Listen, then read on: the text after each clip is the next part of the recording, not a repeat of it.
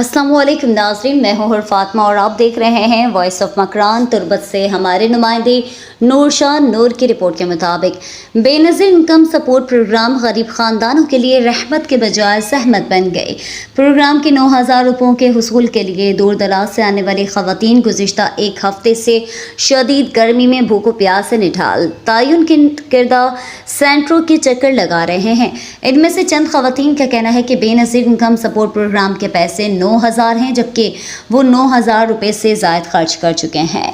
Turbat city में Benazir income support programme के पैसों के हुसूल के लिए आसानियाँ पैदा करने के लिए तुर्बत बाज़ार के बजाय मॉडल हाई स्कूल तुर्बत में जगह का तयन किया गया, जो कि तुर्बत बाज़ार की निस्बत इंतहाई मुनासिब जगह है। लेकिन वहाँ पर नेट का मसला दरपेश होने की वजह से ख़वातीन समेत सेंटरों के स्टाफ को शदीद मुश्किलात और परेशानियों का सामना है। नेट सर्विस सुस्त होने की वजह से ख़वातीन की भीड़ में इजाफे का सबब बन रही है, जहाँ पर ख़वातीन एक दूसरे पर चढ़ाई करते हुए दिखाई देती हैं।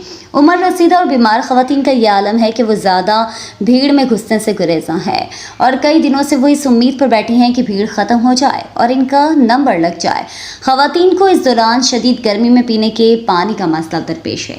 वहाँ पर मौजूद मुंतज़मीन का कहना है कि उन्होंने ख़वातीन के लिए ठंडे पानी की टंकी लगा रखी है, लेकिन चूँकि ख़वातीन की तादाद इतनी ज़्यादा है कि हर 2 घंटे बाद पानी की टंकी ख़त्म हो जाती है।